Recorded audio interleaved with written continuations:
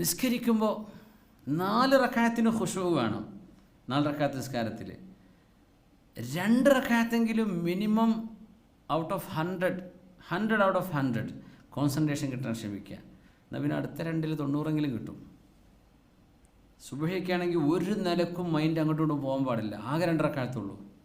പിന്നെ എടുക്കാൻ പോകാൻ നേരം 2 റക്അത്തെങ്കിലും റക്അത്താനി അല്ലാഹു ബിഖുശൂഇൻ, ഖുശൂഅോടുകൂടെ. ഇനി 2 റക്അത്ത് സുന്നത്ത് നിസ്കരിക്കുക, നല്ല ഖുശൂഅോടുകൂടെ നിസ്കരിക്കുക. ഇപ്പോൾ ഫർള് ചില ആൾക്കാർക്ക് ജമാഅത്തായി നിസ്കരിക്കുമ്പോൾ ഓരോരുത്തരുടെ കുപ്പായം കണ്ടിട്ടും ഇപ്പുറത്തെ ആളുടെ പാൻറ്റ് കണ്ടിട്ടും മറ്റൊരുടെ മുമ്പിലത്തെ ട്രൗസർ കണ്ടിട്ടും നിസ്കാരമൊക്കെ ആകെ തശ്വീഷാവും അല്ലേ? ചില ആൾക്കാർക്ക് അങ്ങനെയാണ്. അത് വെച്ച് ജമാഅത്തിന് പോകാൻ പറ്റില്ലേ? ജമാഅത്താണ് അപ്പോഴും ശ്രേഷ്ഠമായത്. അങ്ങനെ കണ്ണിങ്ങനെ നോക്കും, പ്രശ്നം കണ്ണ് ചിമ്മിക്കോ, അങ്ങനെ പ്രശ്നമാണെങ്കിൽ കണ്ണ് തുറക്കലാണ് നല്ലത്. കണ്ണ് ചിമ്മിസ്കരിക്കൽ കറാഹത്താണെന്നാണ്. പക്ഷേ അങ്ങനെ കണ്ണ് തുറന്ന പ്രശ്നമാണ്. അങ്ങനെ മുമ്പിലുള്ള മനുഷ്യന്മാരുടെ ഡ്രസ്സിങ്ങൊക്കെ വളരെ മോശമായിരിക്കും. കണ്ണ് എല്ലാം അടച്ചു പിടിച്ചാൽ മതി. സുജൂദ് അല്ലെങ്കിൽ സുജൂദിൻ്റെ ഭാഗത്തേക്ക് മാത്രം നോക്കുക.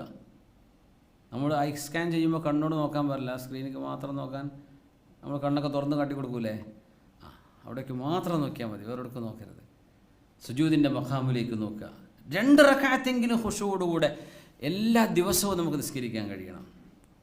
എല്ലാ നിസ്കാരവും ഫർളെങ്കിലും നമ്മൾ ശരിയാക്കി എടുക്കുക. അത് കഴിയട്ടോ.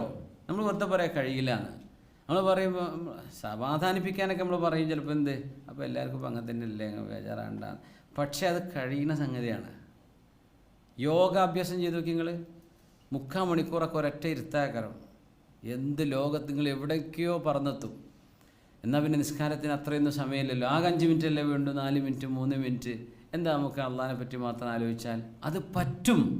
നമ്മൾ അങ്ങനെ നിസ്കരിക്കുക. എപ്പോഴേ അതിനൊക്കെ രസം ഉണ്ടാവുള്ളൂ. അല്ലെങ്കിൽ വെറുതെ ഒരു കാട്ടിക്കൂട്ടലായി മാറും.